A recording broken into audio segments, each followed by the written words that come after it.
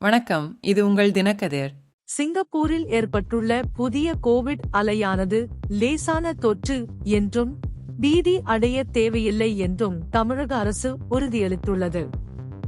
எந்தச் சூழலையும் எதிர்கொள்ள தேவையான உள்கட்டமைப்பு தமிழகத்திற்கு உள்ளது என்று பொது சுகாதாரம் மற்றும் தடுப்பு மருத்துவ இயக்குநரகத்தின் இயக்குனர் டாக்டர் செல்வ விநாயகம் வலியுறுத்தினார்.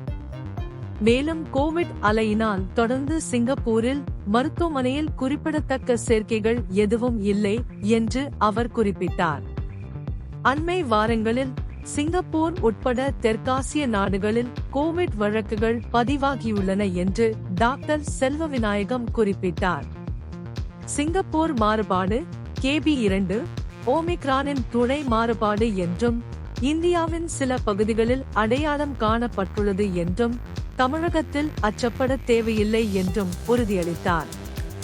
சிங்கப்பூரில் வழக்குகள் அதிகரிப்பதற்கு காரணமான 290 KB2 மற்றும் 34 KB1 வழக்குகள் இந்தியாவில் கண்டறியப்பட்டுள்ளதாக அதிகாரப்பூர்வ தகவல்கள் தெரிவிக்கின்றன.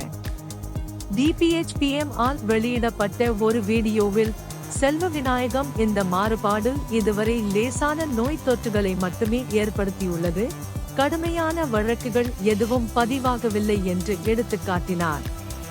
தமிழ்நாடு 18க்கும் மேற்பட்ட மக்கள் தொகைக்கு கிட்டத்தட்ட முழுமையாக தடுப்பூசி போட்டுள்ளது என்றும் அவர் குறிப்பிட்டார். இதன் விளைவாக நோய் தொற்றுகள் ஏற்பட்டாலும் அவை லேசானவையாக இருக்கும் மற்றும் மருத்துவமனையில் அனுமதிக்கப்பட வேண்டிய அவசியமில்லை என்றும் எதிர்பார்க்கப்படுகிறது.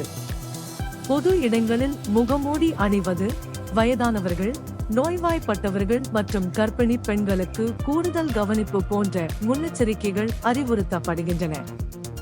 மற்ற காய்ச்சல் வைரஸ்களைப் போலவே COVID-19 ஒரு பொதுவான சுவாச தொற்றாக மாறிவிட்டது என்று டாக்டர் செல்வ விநாயகம் முடிவு செய்தார். வருடத்திற்கு 1 அல்லது 2 அலைகள் இருக்கலாம், ஆனால் பீதி தேவையில்லை. தமிழகத்தில் போதிய நோய் எதிர்ப்பு சக்தியும் எந்தச் சூழலையும் கையாள தேவையான உள்கட்டமைப்பும் உள்ளது என்று உறுதியளித்தார். இது உங்கள் தினக்கதிர். நன்றி.